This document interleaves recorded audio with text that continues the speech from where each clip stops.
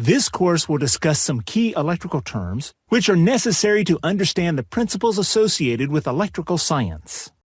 These are the objectives for this course. Conductors are materials with electrons that are loosely bound to the nucleus of their atoms. This characteristic permits free motion of a large number of electrons. Because the electrons are free to move, conductors allow an electrical current to flow easily under the influence of an electromotive force, or EMF. These materials have a relatively low resistance to the flow of current. Atoms with only one valence electron, such as copper, silver, and gold, are examples of good conductors. Most metals are good conductors. Insulators, or non-conductors, are materials with electrons that are tightly bound to their atoms and require large amounts of energy to free them from the influence of the nucleus. The atoms of good insulators have their valence shells filled with 8 electrons. Any energy applied to such an atom will be distributed among a relatively large number of electrons. Insulators are very poor conductors of electricity. However, no material is a perfect insulator or a perfect conductor. All materials, even very good insulators, will conduct some small amount of electricity. Examples of insulators are rubber, plastics, glass, and dry wood. Resistors are made of materials that conduct electricity but offer opposition to current flow. Resistors are used to reduce current flow. Resistors conduct electricity better than insulators, but less than conductors.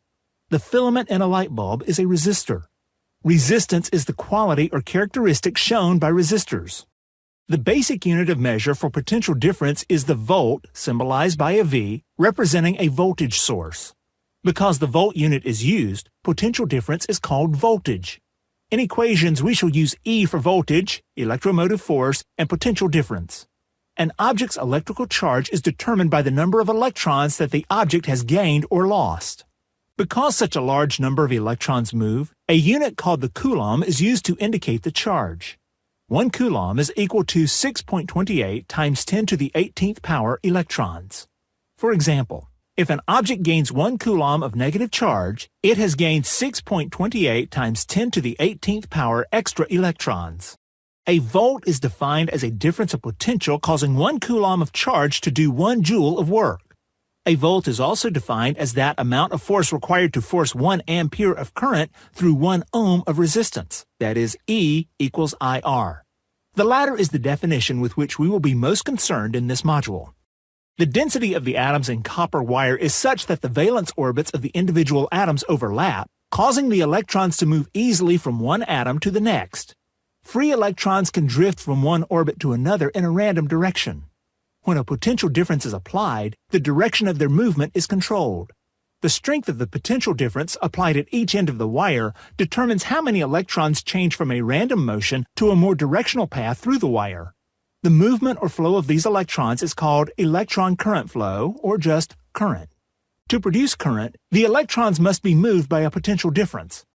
The symbol for current is I. The basic measurement for current is the ampere, symbolized with A. 1 ampere of current is defined as the movement of 1 coulomb of charge past any given point of a conductor during 1 second of time. If a copper wire is placed between 2 charged objects that have a potential difference, all of the negatively charged free electrons will feel a force pushing them from the negative charge to the positive charge, as shown in the diagram. The direction of electron flow, represented by the electrons' arrows on the diagram, is from the negative side of the wire to the positive side. The direction of electron flow is from a point of negative potential to a point of positive potential. Generally, electric current flow can be classified as one of 2 general types: direct current, that is DC, or alternating current, that is AC. A direct current flows continuously in the same direction. An alternating current periodically reverses direction. The diagram shows a graph of current flow versus time for both direct current and alternating current. The direct current flows continuously in the same direction. However, the alternating current is always changing direction. An example of DC current is that current obtained from a battery. An example of AC current is common household current. We will be studying DC and AC current in more detail in a later module. A capacitor is an electrical device with an insulating material called a dielectric that separates 2 conductors. The conductors within the capacitor are also called plates, as shown in the diagram, which also shows the schematic symbols for a capacitor. The capacitor can alternately store and release electrical energy by the strength of the electrostatic field in the dielectric. This is the purpose of a capacitor. The capacitor used to be more commonly referred to as a condenser. When the conductors or plates of a capacitor have no electrical potential difference between them, the dielectric electrons have circular orbits as shown in the diagram. When the conductors or plates are charged, an electrostatic field is produced in the dielectric. The electrons in the dielectric are attracted to the positively charged plate and are repelled by the negatively charged plate, and the circular electron orbits become distorted. The electron orbits will remain distorted as long as the capacitor is charged and the plates will have a potential difference between them. This potential difference can cause current to flow from one plate to the other when connected to a load. The charge on the plates will be lost or discharged when there is a path for current flow from one plate to the other plate. When an external voltage source is connected to a capacitor, the capacitor will charge, resulting in the capacitor plate connected to the positive side of the source having a positive charge, and the capacitor plate connected to the negative side of the voltage source having a negative charge. What happens to charge the capacitor? A discharged capacitor will have an equal charge on both plates as shown in the diagram. By connecting the capacitor to an electrical circuit with a voltage source, such as a battery, and a switch, labeled S, we provide a means to charge the capacitor. Closing switch S provides a flow path from one plate of the capacitor to the other plate through the electrical circuit until the capacitor is fully charged. When this occurs, the capacitor will have one positively charged plate and one negatively charged plate, and there will be no electron flow through the circuit.